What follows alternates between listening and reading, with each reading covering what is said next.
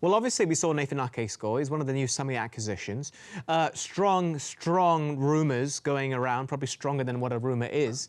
Ruben Dias, Benfica, scored yesterday. Seemed to say goodbye to everybody, giving everyone a nice warm hug, his post-match comments. Looks like he's on the way to Manchester City. We're hearing for, it could change, £50 million. How desperate an addition to the squad is he? And we're also hearing Otamendi will go the other way. Sean, do you want to take this one first? I wouldn't say it's anything desperate. I think to have Ruben come and sign for City would be a massive plus. He's a great player, as we all know, and hopefully it does happen. But I wouldn't necessarily say it's a desperate thing. We've still got a few players coming back that are not match fit yet, and the team will obviously change from time to time as well. But didn't last season show that they were desperately in need of someone to come in, particularly since they lost Vincent Kompany the summer before? I wouldn't say like. Of course, we made errors that we paid for last season, but then at the same time, Ederson still is up there for Golden Gloves. So I wouldn't say it's a desperate. We was just punished for the games that we dropped points. Liverpool were that good; they just won all the games, which pulled them further and further away from us. Your take, Jolien, because obviously you would know Vincent Kompany pretty well, I presume, from your performances together on the pitch. The fact that he was missing from City last year, the fact now they've gone in for Ruben Dias. What's your... You're going to miss Vincent Kompany, regardless. You're going to miss Sergio Aguero, you're going to miss David Silva, you're going to miss Kevin De Bruyne. Them players have the ability to affect the game, so you're going to miss them when they're not there.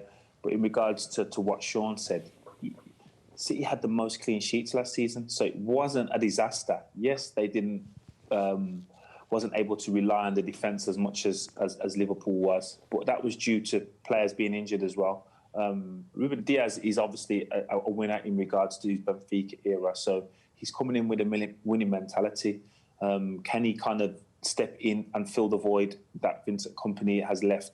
I doubt he's going to do that straight away, but with time, giving him time, he should be able to do that. What about the signing of Nathan Ake? Obviously, that's already done. He was playing today. He scored today. Did that deal catch you by surprise, Sean, or is it a logical choice to put him there? I wouldn't say it caught me by surprise. I think it's a good signing from City. He's young. He's got availability to play left back as well as centre back. So I think it's a positive signing, and I think he's going to get better and better. Jolien, obviously, I want your take on this defensive position. I'm with Sean. That made sense. That acquisition made sense to me.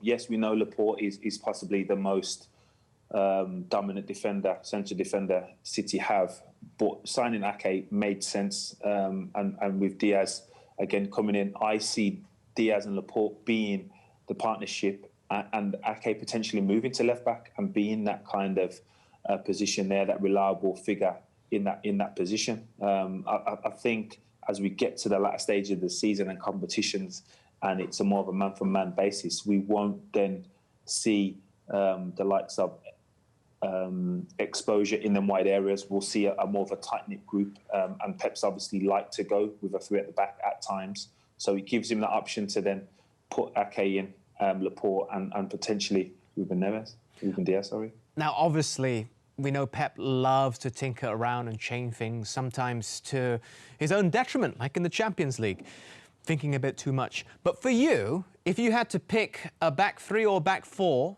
for Manchester City and everybody's fit, and let's just say Ruben Dias has joined the club, who are you going to go with? Ederson in goal, I presume, Jolien. And then outside of that? Ederson in goal. I'm going Walker as my right back. I'm going Laporte. And Stones. I haven't seen enough of Ruben Dias to say, yes, he comes in and plays and he's dominant. Stones is still a very, very good centre-half.